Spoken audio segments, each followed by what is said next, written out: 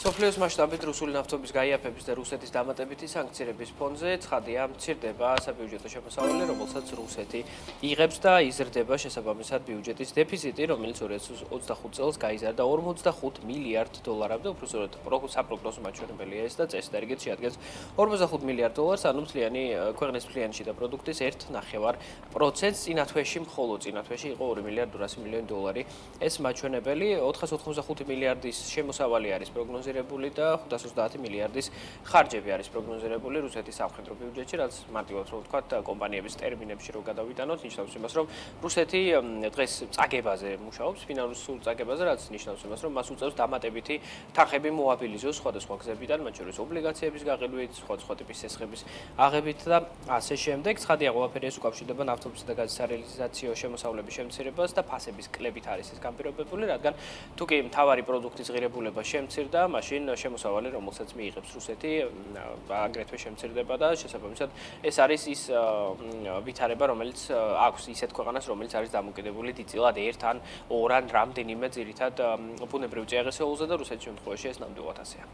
ასევე კიდევ ერთ საინტერესო საკითხზე უნდა ვისაუბროთ, ეს უკავშირდება ამჯერად ევროკავშირს, რომლის ხელმძღვანელობაც გეგმავს, რომ ეგრეთ წოდებული შავი სიიდან ამოიღოს არაბთა გაერთიანებული საამიროები და ეს შავი სია უკავშირდება ფულის გათეთრების რისკის მქონე ქვეყნების ჩამონაცვალს, სადაც არაბთა გაერთიანებული საამიროები და ზოგადად ახლო აღმოსავლეთის ქვეყნები უკვე ძალიან დიდი ხანია იმყოფებიან, ვინაიდან ამ ქვეყნებში წლების განმავლობაში არ არსებობდა არანაირი ფინანსური სტანდარტები, არც AML-ის მიმართულებით, არც CFT-ის მიმართულებით და არც ბუღალტრული ანგარიშგების მომზადების მიმართულებითაც და უფრო მეტიც ამ ქვეყნებში სპეციალურად იყო შექმნილი ესეთი ბუნდოვანი კანონმდებლობა, რომელიც აძლევდა საერთო რეპუტაციის მქონე კომპანიებს იმის საშუალებას, რომ იქ ჩასულიყვნენ ბიზნესი იქ ისე ეკეთებინათ, რომ შესაბამისი ანგარიშვალდებულება არ წარმოედგინათ და ინვესტორებს არც გაეგოთ რეალურად რა ხდებოდა ამ კომპანიების შიგნით. სწორედ ეს იყო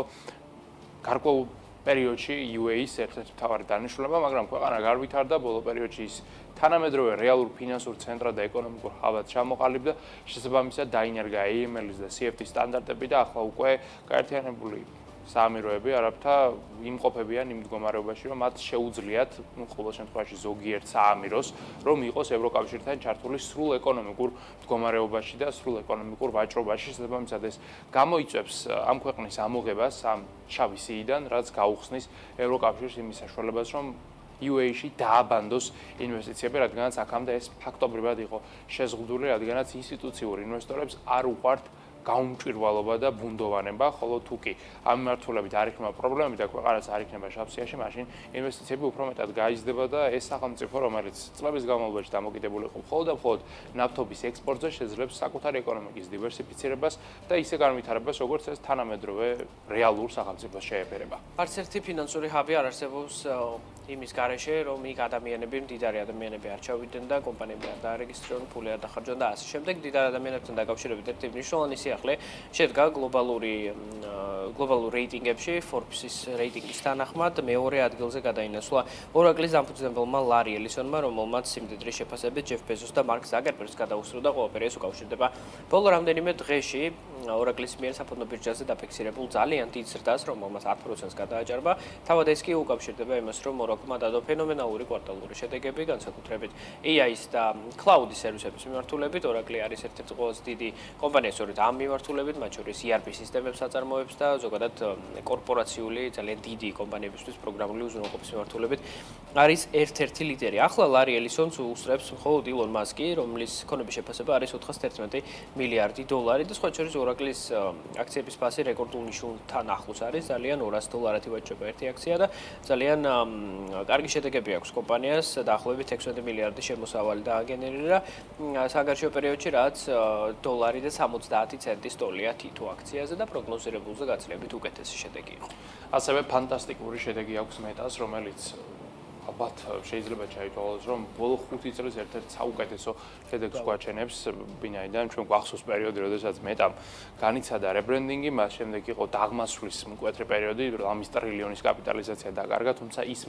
მეტა აღარ არის უკვე. მეტა იქცა არა მეტავერსის შემოქმედი NFT სტარტაპად, არამედ რეალურ ძალიან სერიოზულ კომპანიად, რომელსაც პირველ რიგში აქვს ფანტასტიკური ბიზნესი, რაც უკავშირდება სოციალური ქსელების ბიზნესს და რომელშიც მეტა არის მონოპოლი, ფაქტობრივად ფაქტობრივად და მეორე ბიზნესი ახლა უკვე მეტასთვის ეს არის ხელოვნური ინტელექტი და სწორედ AI-ის განვითარების მიმართულებით დგამს ეს კომპანია უდიდეს ნაბიჯებს და ახლა უკვე მეტამ შექმნა ახალი AI მოდელი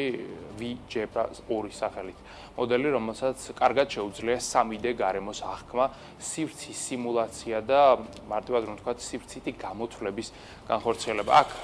ამ მოდელის დანიშნულება არის ორი რამ. პირველი ეს არის ვირტუალურ სამყაროში AI აგენტის გაწვრთნა, რათა მან შემდეგ რეალურ სამყაროში ოპერირება შეძლოს, ანუ აქ რობოტიკაზე ვსაუბრობთ, რა მიმართულებითაც მეტად ლამის ყველა კომპანია დღეს ვითარდება და ვიცით და დადასტურებულია ის უკვე მომდენო აწრეულში რობოტიკა სავარაუდოდ კოლოსალური ტემპით გაიზრდება, რაც თავის არსით ხელოვნური ინტელექტზე არის მიბმული და მეორე დანიშნულება სივრცითი აღქმისა ეს არის ჭკვიანი სათვალეები. მეტას მიზანი და ამბიცია არის რომ მან შექმნას ისეთი ჭკვიანი სათვალე, რომელსაც ძალიან მარტივად შეიძლება მოხმარებისათვის კომპანიონის როლის გაწევა, ამისათვის კი აუცილებელია რომ ჭკვიან სათვალეს შეძლოს სივრცის აღქმა და იქ წარმოდგენილი ობიექტების იდენტიფიცირება, მათ შესახებ ინფორმაციის მიწოდება მომხმარებლისათვის და შემდეგ უკვე სივრცის დამუშავება, რათა გარკვეულწილად პროექცია მიაწოდოს მომხმარებელს იმასთან დაკავშირებით, რაც მან უნდა იცოდეს ამ სივრცესთან დაკავშირებით. საერთო ჯამში ვხედავთ, რომ ამ მიმართულებით მეტა ძალიან დიდ ნაბიჯებს გამს და ის უკვე ამ ეტაპზე არის ლიდერი ამ ინდუსტრიისა, მეტა Ray-Ban-ით დაწყებული, რომელიც ბესტსელერია ფაქტობრივად ამ მიმართულებით, აგრეთვე მეტა Quest-ით დამთავრებული, რომელიც არის ერთდროულად ყველაზე ძვირადღირებულიც და ყველაზე ხელმისაწვდომი headset-ების მწარმოებელი კომპანიაც, რომლის VR და XR ჩაფხუტებს იყენებენ ყველგან, ყველა ინდუსტრიაში, განსაკუთრებით გეიმერებს მოსწონთ და Apple Vision Pro-სგან განსხვავებით, მას რეალური მომხმარებლები ყავს, რადგანაც Meta Quest-ის შეძენა ყველაზე იაფიანი ვერსიის შეიძლება დაახლოებით $300, განსხვავებით $3500-ისა, რაფასიც დაადო Apple-მან თავის დროზე თავის XR ჩაფხუტს.